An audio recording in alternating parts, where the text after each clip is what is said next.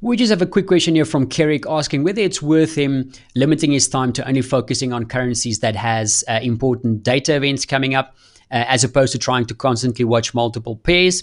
And he also asks whether it's worth only focusing on upcoming events to filter out the base trading opportunities. So first of all, Kerrick, as always, thanks for the question. Now, there are a couple of things to say about this question. So I'm going to try and split it into a couple of workable tips for you. So firstly, it's important to remember that news events and the expectations of those news events are key drivers in the markets, right? So it's exactly for that reason that we create reports like the top trading opportunities report, the week ahead video, the daily risk event outlook report, and the current sentiment drivers report. So that basically helps you to make sure that you are aware of the major events that we think could create tradable opportunities. So to get to those reports, you can go to the currency research section. The top trading opportunity report normally looks like this one. The week ahead, you'll find in the video commentary section, the video. And of course, the daily risk event outlook reports you can find in the must read section under any one of these specific trading days.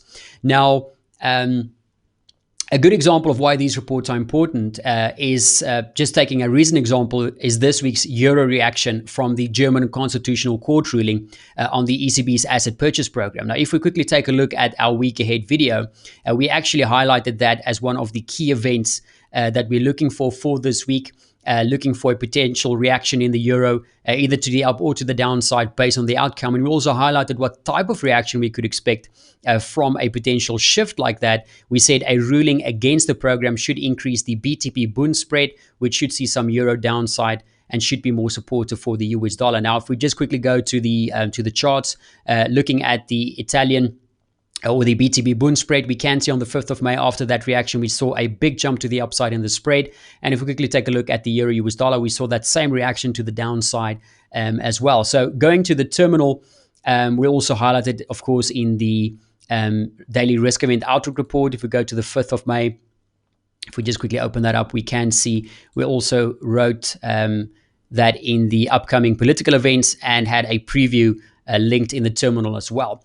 So going just looking at that, the very first tip that will save you a lot of screen time, basically cut your screen time in half, is just using the info that is already provided in the terminal for you. That basically highlights all of the potential opportunities. So if you are tight on time, then that is a great shortcut that you can use and will mean that you don't have to spend hours and hours watching various currency pairs. You can only focus on the main events and trade those events. So moving on to the second tip, something that will also save you a lot of time from basically constantly needing to watch multiple pairs is by knowing what particular sentiment is driving each currency right now. Now, that is where the dominant currency sentiment reports comes in, as well as something like the tradable sentiment shifts report that you can find inside the Market Insights tab. Now, these reports are specifically designed to give you a very quick rundown of whatever is moving the currencies right now, and also what type of shifts are expected to move them going forward. Now, that alone will save you a lot of screen time by itself, as you can basically save time by staying up to date with the reports, so that when a news event comes out, you know exactly, okay, this changes the sentiment, and then you know, okay, I need to pay attention. Now, of course, if you are a day trader, you have an added advantage because you can have the audio squawk running as well in the background.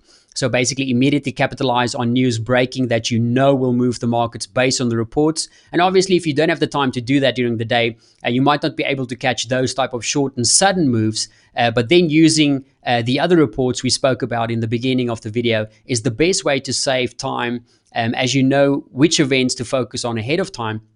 And then you can plan your day around those events. So sure, that'll mean that you might miss out on shorter term sentiment-based trades. So let's say we're looking at a specific risk sentiment-based trade. It might mean that you miss out on those type of trades because you might not feel comfortable to leave a trade open because, you know, short-term sentiment like risk sentiment can change very quickly. But, you know, that's only for the more shorter term trades. That you really need to stay in tune and watch the market during the day. So, Kerrick, I hope that helps you with your question. There's lots of ways that you can reduce screen time by looking at those main upcoming events. So make sure to check out all of those reports. And of course, if there's any other questions, don't hesitate to let us know.